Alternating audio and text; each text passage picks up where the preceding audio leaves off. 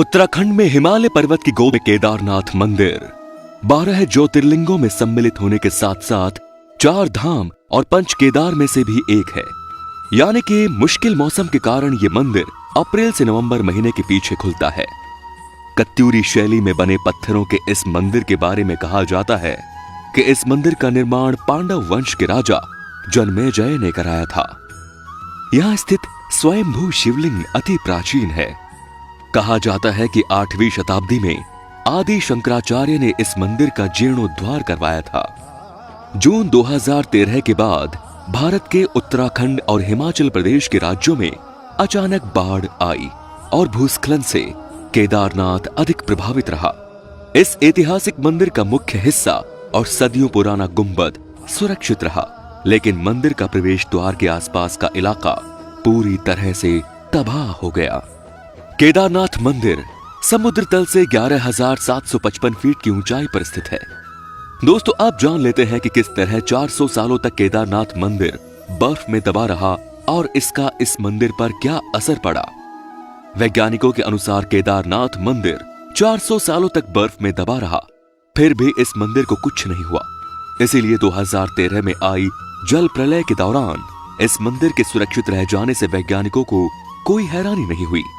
देहरादून की वाडिया इंस्टीट्यूट की Himalayan geological वैज्ञानिक विजय जोशी ने कहा कि 400 साल तक केदारनाथ मंदिर के बर्फ के अंदर दबे रहने के बावजूद ये मंदिर सुरक्षित रहा, लेकिन जब बर्फ पीछे हटी तो इसके निशान मंदिर में मौजूद थे, जिसके वैज्ञानिकों ने स्टडी की। उसी के आधार पर यह पता लगाया गया कि यह मंदिर 400 सालों तक बर्फ में दबा हुआ था। जोशी कहते हैं कि 13वीं से 17वीं शताब्दी तक यानी 400 सालों तक एक छोटा हिमयुग आया था, जिसमें हिमालय का एक बड़ा क्षेत्र बर्फ के अंदर दब गया था। पहले माना जाता था कि मंदिर ग्लेशियर के अंदर है, लेकिन रिसर्च से पता चला कि यह मंदिर ग्लेशियर के अंदर नहीं बल्कि बर्फ में ही दबा हुआ था। वैज्ञानिकों के अनुसार मंदिर की दीवारों और पत्थरों पर आज भी इसके निशान हैं। ये निशान ग्लेशियर की रगड़ से बने हैं। ग्लेशियर हर वक्त खिसकते रहते हैं। ये ना सिर्फ खिसकते हैं बल्कि उनका वजन भी होता है और साथ ही कई चट्टानें भी उनके साथ होती हैं, जिसके कारण उनके मार्ग में आई हर वस्तु रगड़ खाती हुई चली जाती है। जब 400 साल तक मंदिर बर्फ में दबा रहा होगा तो सोचिए मंदिर ने इस ग्लेशियर के बल और पत्थरों के रगड़ को कितना झेला होगा। वैज्ञानिकों के अनुसार मंदिर के अंदर भी इसके निशान दिखाई देते हैं। बाहर की ओर की दीवारों पर पत्थरों की रगड़ दिखती है तो अंदर की दीवारों पर पत्थर समतल है, जैसे उनकी पॉलिश की गई हो। एक मत के अनुसार विक्रम संवत 1076 से 1099 तक राज करने वाले मालवे के राजा भोज ने इस मंदिर का निर्माण करवाया था, लेकिन कुछ लोगों के अनुसार यह मंदिर 8वीं शताब्दी में आदि शंकराचार्य ने बनवाया था। बताया जाता है कि मौजूदा केदारनाथ के ठीक पीछे पांडवों ने एक मंदिर बनवाया। मंदिर वक्त के थपेड़ों की मार नहीं झेल सका, यानी छोटे हिमयुग के दौरान, जो कि 13वीं शताब्दी में शुरू हुआ था, उससे पहले ही यह मंदिर बन चुका था। वाडिया इंस्टीट्यूट के वैज्ञानिकों ने केदारनाथ इलाके की लाइकोनोमेट्री डेटिंग भी की। इस तकनीक से शैवाल और उनके कवक को मिलाकर उनके समय का अनुमान लगाया जाता है।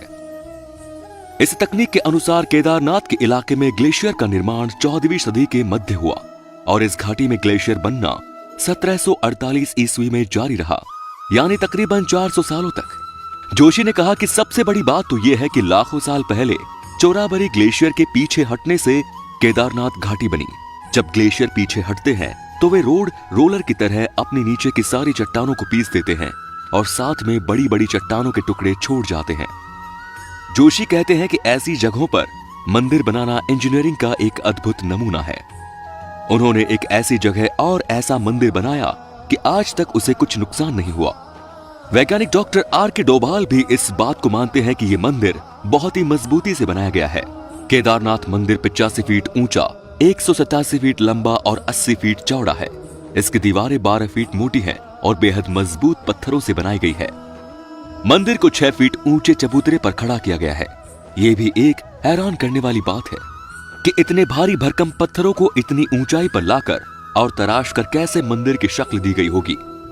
जानकारों का मानना है कि पत्थरों को एक दूसरे से जोड़ने के लिए इंटरलॉकिंग तकनीक का इस्तेमाल किया गया।